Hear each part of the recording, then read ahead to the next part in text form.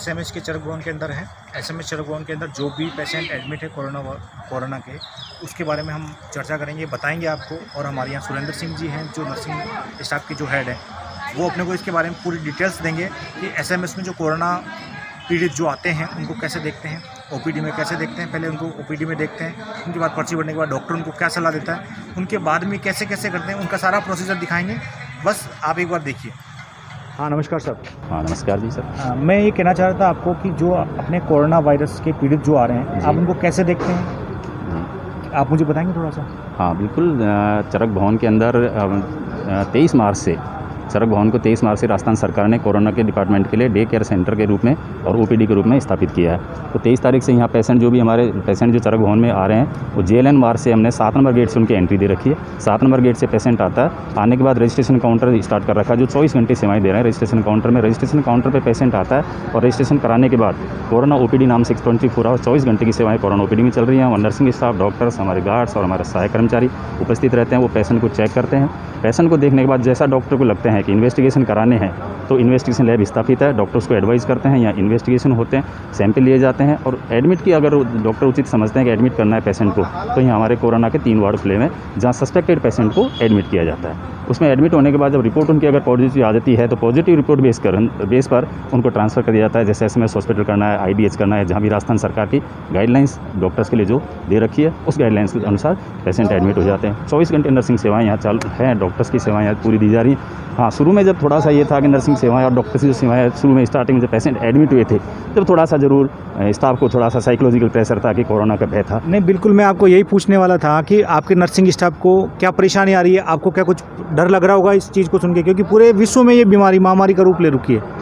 आप ये देखेंगे कि कितने लोग परेशान हैं, इटली देखें, अमेरिका देखें, सब लोग परेशान हैं।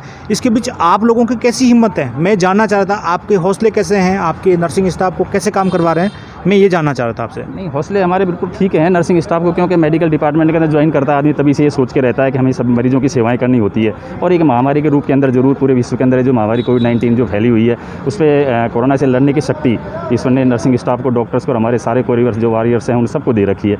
लेकिन नर्सिंग स्टाफ शुरू में स्टार्टिंग में ज़रूर थोड़ा सा प्रेशर में रहा कि कोविड के पॉजिटिव पेशेंट को हम टच में आएंगे, हमें भी इन्फेक्शन होगा। लेकिन क्योंकि राजस्थान सरकार गाइडलाइंस और हमको उनको मॉरल मोटिवेशन दे रहे हैं कि भाई किस तरह से अपन को सावधानी रहती है अपनी ड्यूटी करनी है। राजस्थान सरकार ने पूरी सुविधाएं दे रखी हैं, पीपी किट के अनुसार काम होता है, ग्लव्स वगैरह पहनने होते हैं, मास्क वगैरह पहन के पूरी व्यवस्था के अनुसार कार्य करता है स्टाफ। तो इसमें कोई भय वाला ऐसा है, टेंशन है, क्योंकि वो बच्चों के हिसाब से भय है। महिलाएं हैं ड्यूटी कर रही हैं, फीमेल नर्सिंग स्टाफ ड्यूटी कर रहा है, उनको थोड़ा सा शुरू में घर जाना पड़ता है। वो आइसोलेट के लिए हमने उनको गाइड कर रखा था, भाई आइसोलेट रहेंगे घर में, जो पेशेंट के टच में रहेंगे उनको हमने जो 7 डेज ड्यूटी करा है, उसके बाद उनको क्वारंटाइन भेज रहे हैं। तो वो स्टाफ क्वारंटाइन में रहने के बाद अगेन ड्यूटी पर आता है। लेकिन मॉरल सपोर्ट बहुत ठीक है और ठीक सब सेवाएं बहुत ही अच्छी कर्तव्य निष्ठा के साथ सेवाएं नर्सेज कर रही हैं। नहीं, मैंने आप ये भी सुना है आपके यहाँ के स्टाफ से कि आप 23 तारीख से अब तक घर नहीं गए हैं, तो आप घर वालों से कैसे बात करते हैं, कैसे आपके घर वाले, मतलब बात होती होगी घर वालों से आपकी? हाँ बिल्कुल, आप सही कह रहे हैं कि राजस्थान सरकार ने जब 23 मार्च से इस डिपार्टमेंट को स्टार्ट किया था, तो 2 दिन बाद ही मेरे यहाँ नर्सिंग प्रभारी के नाम से ऑर्डर जारी कर दिए थे प्रशासन ने। और मैं 29 तारीख से लगातार यहाँ हॉस्टल में रह रहा हूँ और 1-1.25 महीना आज हो गया। 1.25 महीने से मैं लगातार यहाँ सेवाएं सरकार के लिए दे रहा हूँ, प्रशासन के लिए दे रहा हूँ। और रही फैमिली की बात, फैमिली को भी डर तो रहता ही है कि भाई इस तरह से मैं इन्फेक्टेड एरिया के अंदर, इस एरिया में मैं रह रहा हूँ इस तरह से। लेकिन फिर भी हिम्मत बंधाते हैं, उनको कहते हैं कि ठीक है, क्योंकि सेना पर तो जो बॉर्डर पर सेना लड़ाई लड़ती है, तो आज हमारा नंबर है लड़ाई लड़ने का, कोरोना से युद्ध है और इस युद्ध को हमें जीतना है। तो मॉरल सपोर्ट फैमिली का मुझे भी है, मैं मॉरल सपोर्ट फैमिली को भी देता हूँ। नहीं बिल्कुल सही बात। मैं एक चीज़ और पूछना चाहता हूँ कि आपके जो नर्सिंग स्टाफ रुके हुए हैं, उन लोगों के लिए खाने की व्यवस्था क्या करती है सरकार की तरफ से? कुछ व्यवस्था है, कैसा खाना मिलता है, आप कुछ बताएंगे? हाँ बिल्कुल, खाना सरकार की तरफ से मॉर्निंग में बाकायदा नाश्ता मिल रहा है। जहाँ हमने होटल्स की व्यवस्था कर दी है, या धर्मशालाओं में जो स्टाफ रुका हुआ था, फीमेल्स जो धर्मशालाओं रुकी है, मॉर्निंग उनको नाश्ता प्रोवाइड किया जा रहा है प्रशासन की तरफ से, दोपहर में लंच दिया जा रहा है, नाइट को डिनर की व्यवस्था की जा रही है। प्रॉपर वे में पूरा सरकार की तरफ से, प्रशासन की तरफ से व्यवस्थाएं सुचारू रूप से जारी हैं। और अब तो माननीय कलेक्टर महोदय राजस्थान सरकार के द्वारा होटल्स की भी व्यवस्था कर दी गई है। 3-4 होटल दे दिए, उन होटलों में भी नर्सिंग स्टाफ को शिफ्ट किया गया है, जो दैनिक 8 घंटे की सेवाएं रहेंगी।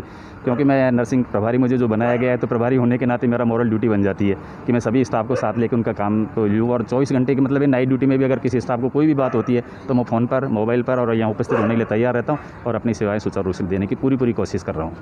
आपके स्टाफ में से कोई ऐसे व्यक्ति तो नहीं है जो उनके घर वाले बहुत ज़्यादा परेशान हो रहे हैं? आपके पास कोई समस्या आ रही होगी, जैसे कि भाई हम मेरे घर में ऐसी समस्याएं हैं, और कोई बीमारी के बारे में, या किसी घर के माता पिता बुजुर्ग हैं, किसी के बच्चे छोटे हैं, ऐसे नर्सिंग स्टाफ वालों की समस्या आ रही होगी आपके पास में? हाँ, कुछ समस्याएँ आई हैं, कुछ लोगों ने अपना आवेदन दिया था, बताया हमें, तो उनको हमने एग्ज़ाम ड्यूटी से छोड़ा है, उनको रिलीज़ किया है कि भाई ठीक है, आप ड्यूटी इस तरह की ड्यूटी नहीं लगाएंगे, और कोरोना से हटा के उनकी ड्यूटियों को प्रशासन की दूसरी जगह ड्यूटी भी लगाई है उनको।